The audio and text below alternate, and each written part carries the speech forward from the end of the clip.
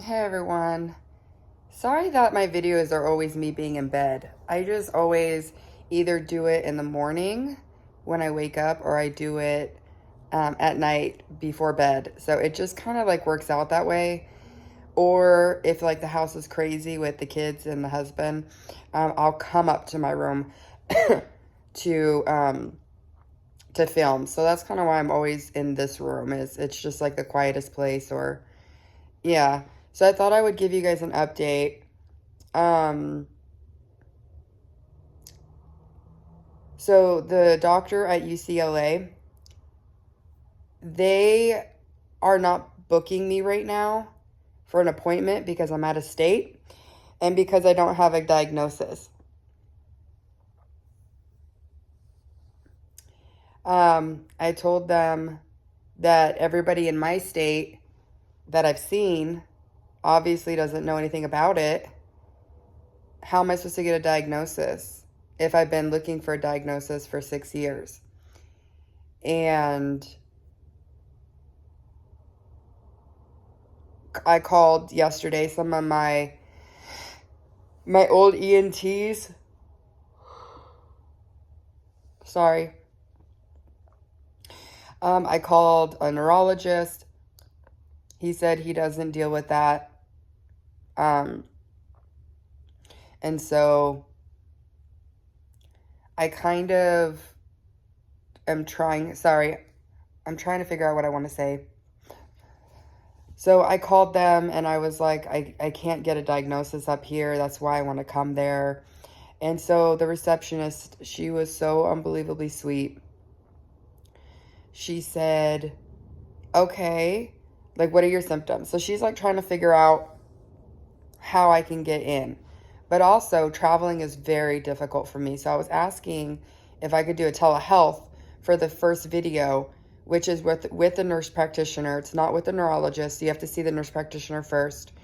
And then that way they could order the test they need in order to diagnose me.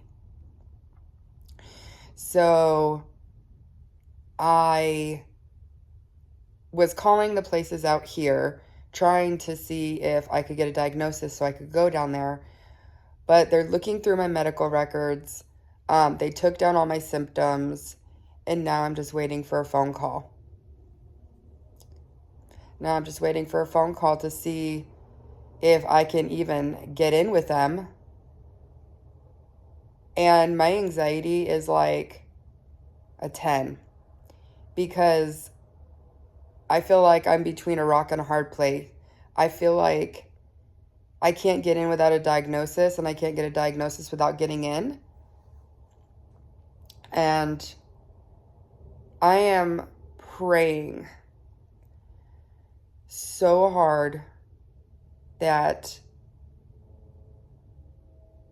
by them going through my medical records and them going through my symptoms and them going through everything, that they don't brush me off like every other doctor has done.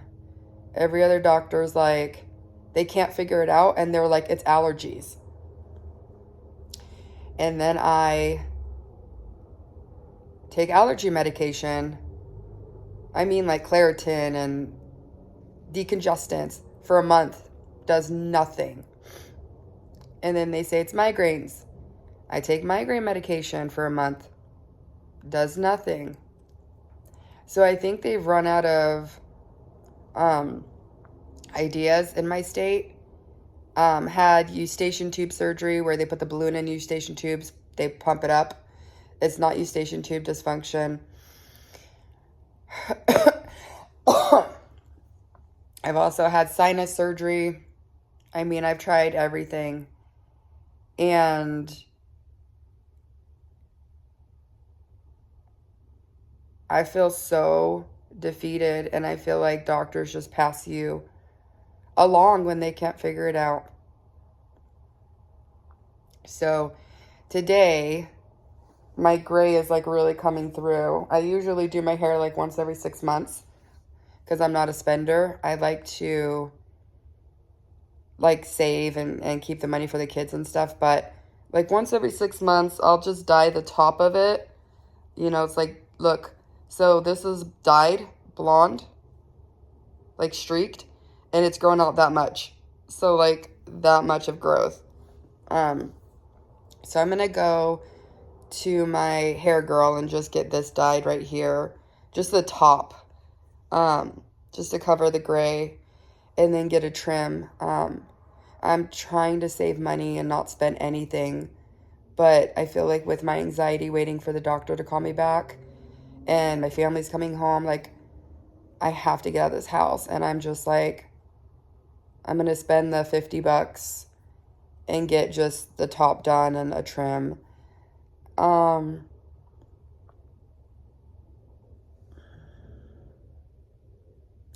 can't believe that our healthcare system sucks this bad, where I can't just say, I like this doctor. I want to see this doctor. And that's it. Like, why? Why can't I just say I want to see this doctor? Instead, to get a referral, my doctor's like, you have to send me your neurologist stuff. You have to send me to get a referral. And then that takes 2 to 3 weeks. And when you call doctors to get your medical records, that takes like a week or two. For the doctor's office to process the paperwork, that takes like a week or two. To make an appointment, that takes 2 to 3 months. To get... It's just so overwhelming, and I don't know what to do at this point. You know, I just don't know what to freaking do at this point. I'm so miserable. And like, I get that doctors are busy. I freaking get it. But I don't understand why they can't hire more people. They can't hire more staff. If a place has a 3-month wait, I don't understand why they can't hire another doctor.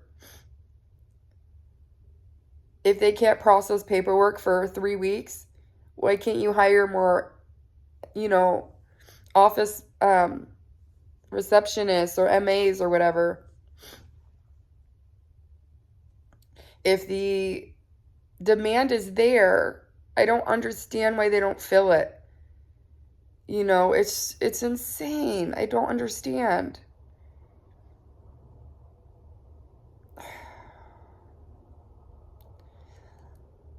I don't even know anymore. I just really don't even know anymore. I feel so frustrated, and then I'm trying to deal with the insurance. I don't know how much they'll cover. If it's not one thing, it's a freaking another, and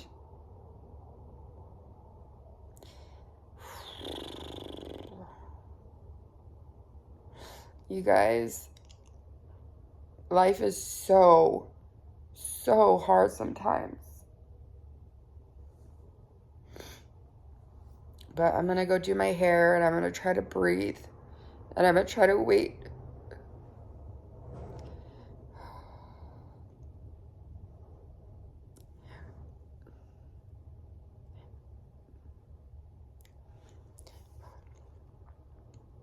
I'm gonna wait for this doctor to call me and tell me if they can see me.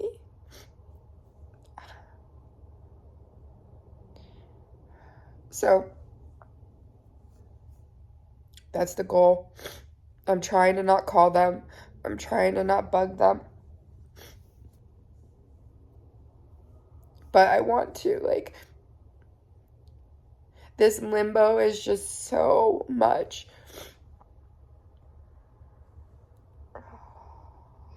And,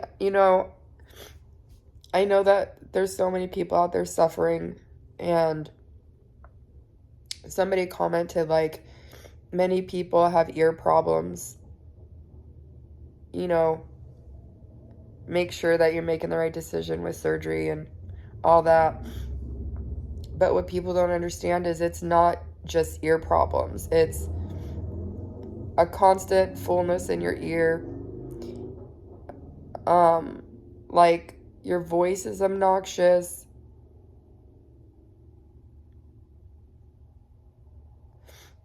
I was getting a call, and I'm waiting on the doctor.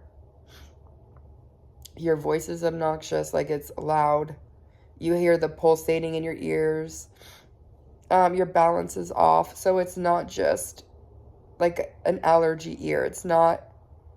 There's a lot.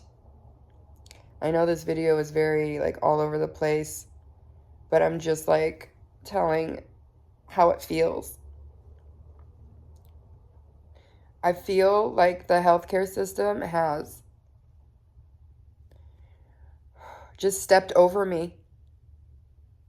Like right now, I'm saying I think I have SSCD.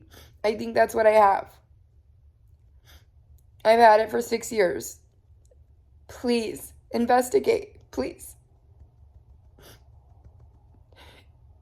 And I'm getting just the runaround, and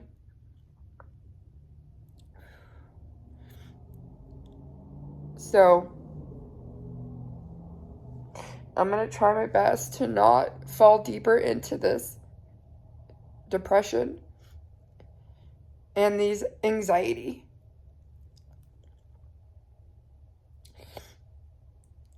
I'm going to try not to stress about the insurance. But I feel like I'm floating in outer space. And I'm just waiting. I'm just waiting on people. Sorry for always crying. So that's kind of what I got going.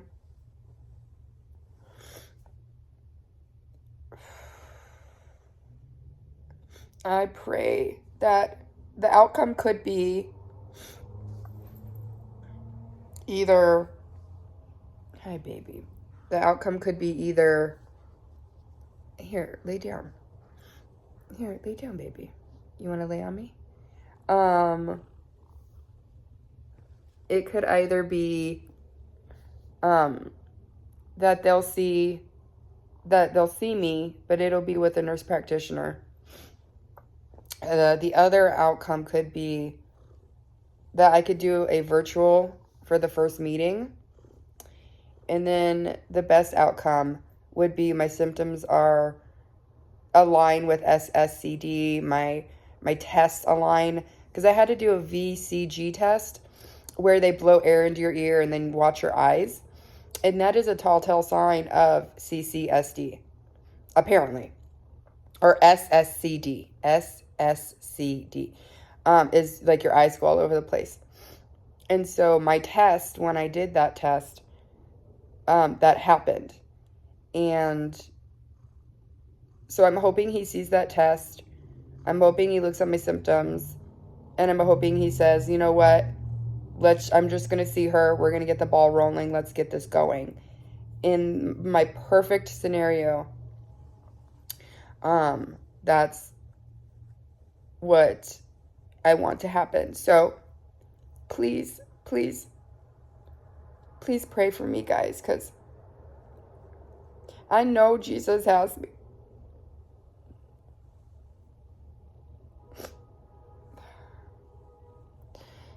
I know it'll be okay. But I feel like I'm in a black hole right now. So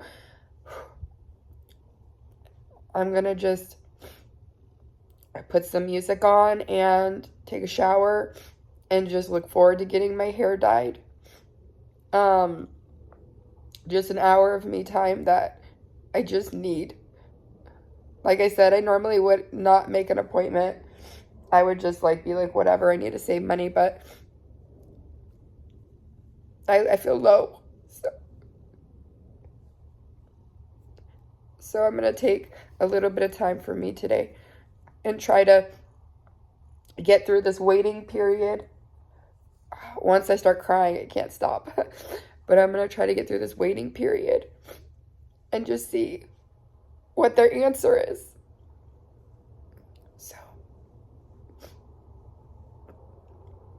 my sister-in-law lives down there. So worst case scenario. Worst case scenario. I can ask her if I could stay with her throughout this journey, which would be a burden for her and her husband. They have a 4-year-old. So that would be kind of a burden, having me stay months like that and then not be with my family. But if it'll allow me, jeez, if it'll allow me to get seen,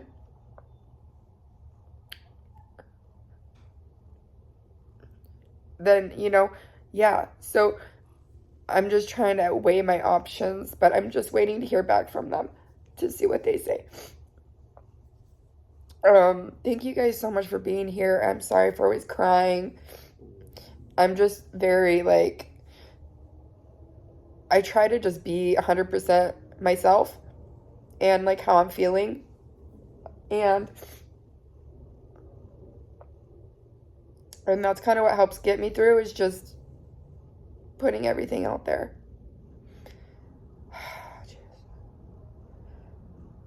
There are other places. There's one in Ohio. There's only 3 specialists that specialize in this. And the LA is the closest to me, so. Look at my kitty. He kept crawling on my chest yesterday. And then I was eating cereal last night and he was laying in between my bowl, and it was so funny. I think he knows how sad I am, because he literally just keeps crawling in my lap or following me around. And he started doing that yesterday, a lot. I'm so thankful to have him. But, okay, I think that's it, guys. I will see you tomorrow. I'm going to do a live. I hope to have really good news. Really good news tomorrow. I'm going to do a live at 12 Pacific time. I'll see you guys then.